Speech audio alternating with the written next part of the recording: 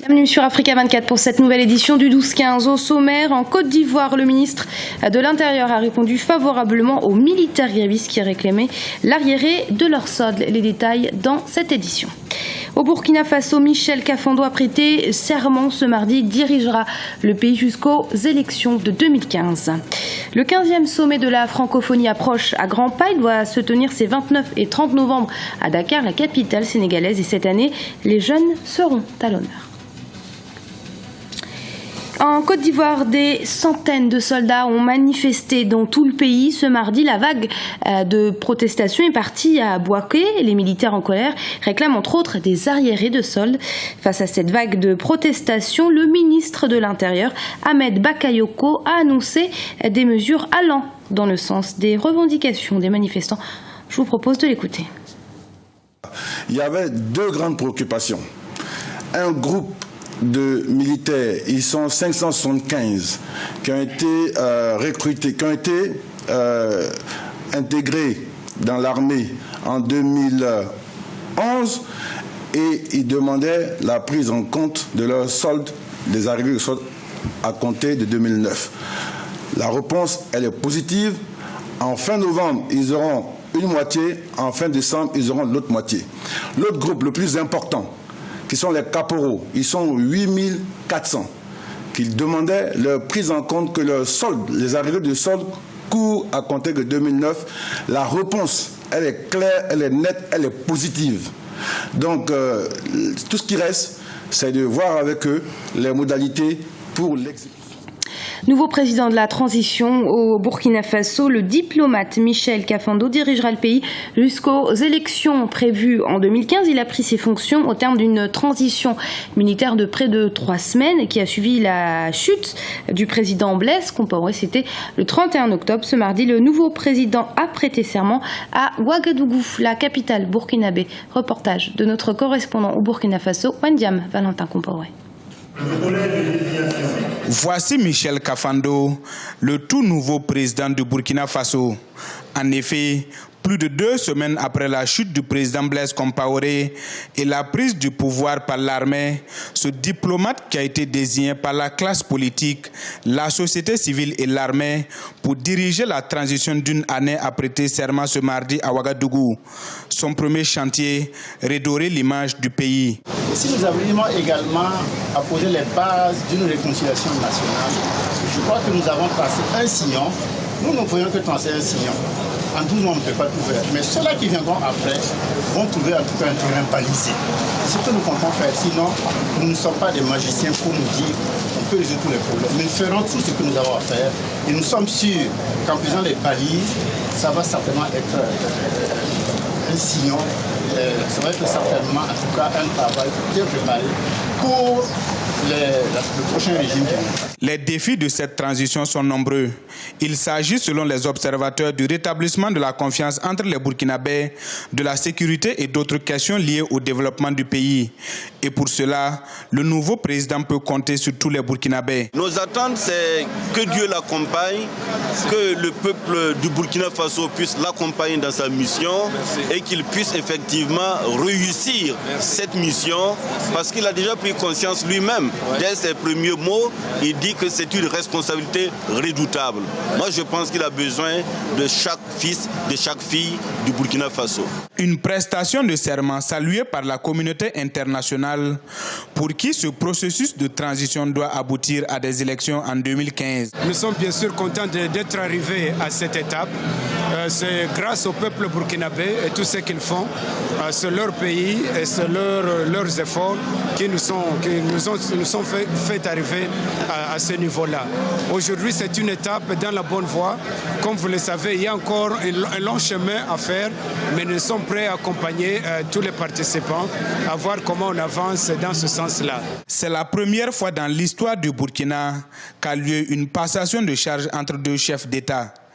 Après cette prestation de serment, un premier ministre sera nommé dans les prochaines heures pour la formation d'un gouvernement de transition. Et le nouveau président de la transition au Burkina Faso vient de nommer son premier ministre. Il s'agit du lieutenant-colonel Zida qui avait pris la tête du Burkina Faso après la démission du président Blaise Compaoré. En Zambie, la date de l'élection présidentielle n'a pas officiellement été annoncée. Pourtant, certains candidats se font déjà entendre. C'est le cas de l'ancien chef d'État Rupia Banda qui a annoncé sa candidature à la succession du président Michael Sata, décédé, nous vous le rappelons, à Londres le 29 octobre. Ibra Khadindiaï. En Zambie, l'ancien chef de l'État, Rupia Banda, candidat à la présidentielle. Âgé de 77 ans, il a été battu lors du scrutin présidentiel en 2011 par l'ancien président Michael Sata, décédé le 29 octobre 2014. Selon la constitution zambienne, de nouvelles élections doivent être organisées dans un délai de 90 jours après la mort du président. Et cette fois-ci, il revient après le décès du président Sata. Mais ce qu'il faut retenir, c'est que les Zambiens connaissent de lui un homme qui n'était pas très intègre, il y avait une corruption. Le pays n'a pas pu décoller, donc il avait été pratiquement sanctionné par le peuple zambien. Son retour aujourd'hui nous pense qu'il a peu de chances d'être élu par les Zambiens et que éventuellement il y aura quelqu'un d'autre. Mais toujours est-il que dans une situation de deuil, le peuple zambien peut recourir à quelqu'un qu'il connaît déjà par rapport à un nouveau. Le candidat Rupia Banda était à la tête du pays de 2008 à 2011 et son bilan était mitigé aux yeux de nombreux Zambiens. Par rapport à son bilan, le peuple zambien, si jamais il fait vraiment référence à son bilan, il ne sera pas élu. Mais on ne sait pas, déjà les peuples oublient ou pardonnent très rapidement compte tenu de ce qui s'est passé. On peut oublier le bilan par rapport à ce qui se passe au niveau du deuil et aussi au niveau de ce décès. Et les Zambiens savent bien que c'est lui qui était le vice-président ne pourra pas être président. À moins que l'ancien ministre de la Défense se présente, lui qui était populaire au niveau du pays éventuellement, il avait des atouts pour être président de la République. Ce scrutin devrait avoir lieu avant le 26 janvier 2015 selon la Constitution, mais pour le moment, aucune date n'a encore été fixée. Le vice-président Guy Scott assure l'intérim jusqu'en janvier 2015. Le 15e sommet de l'Organisation internationale de la francophonie se tiendra à Dakar, capitale sénégalaise, les 29 et 30 novembre. Un sommet articulé cette année autour de la thématique femmes et jeunes en francophonie, vecteurs de paix, acteurs de développement. Birama Saonera.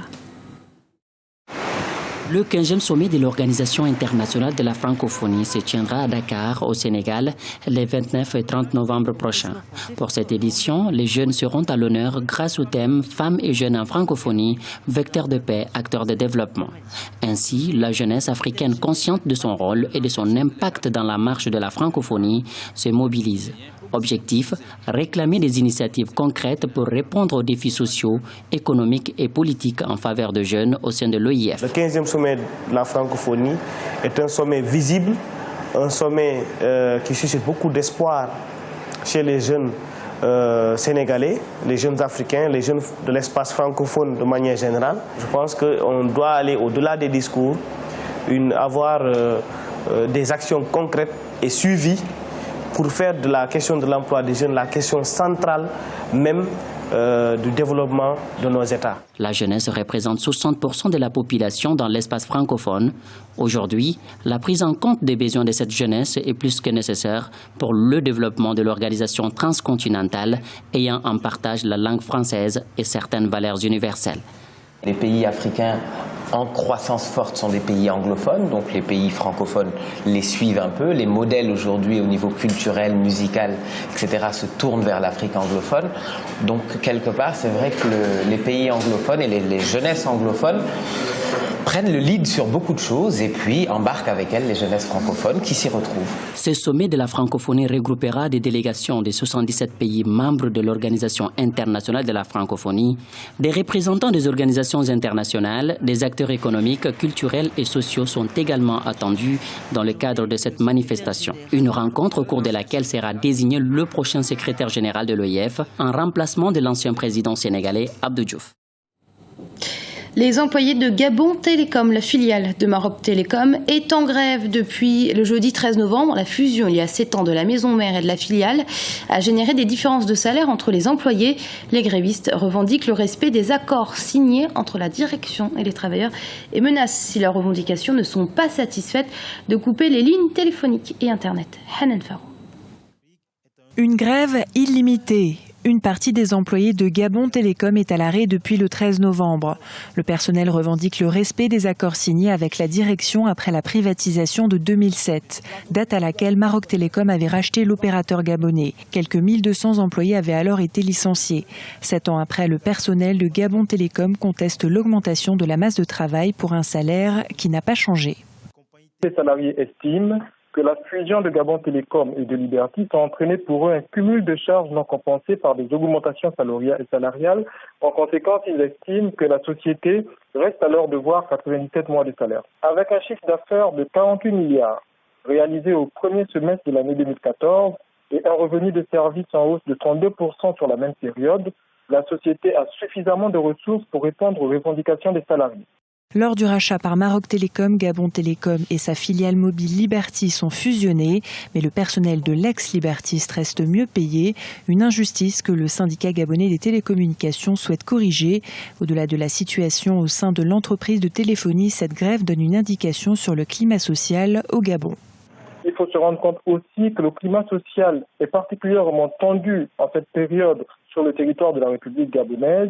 Ça s'explique non seulement au niveau de la fonction publique et dans le secteur privé, essentiellement par des revendications salariales, des augmentations du SMIC, du point d'indice et des autres éléments de nature à renforcer le revenu moyen des populations. La grève du personnel de Gabon Télécom fait planer la menace de coupure des lignes téléphoniques et Internet. Les grévistes exigent de la direction le paiement des primes réclamées et l'augmentation de la prime de logement. Et ce journal a été préparé par l'ensemble de la rédaction. Merci de votre fidélité. Restez sur Africa 24. Dans un instant, une nouvelle édition de l'actualité.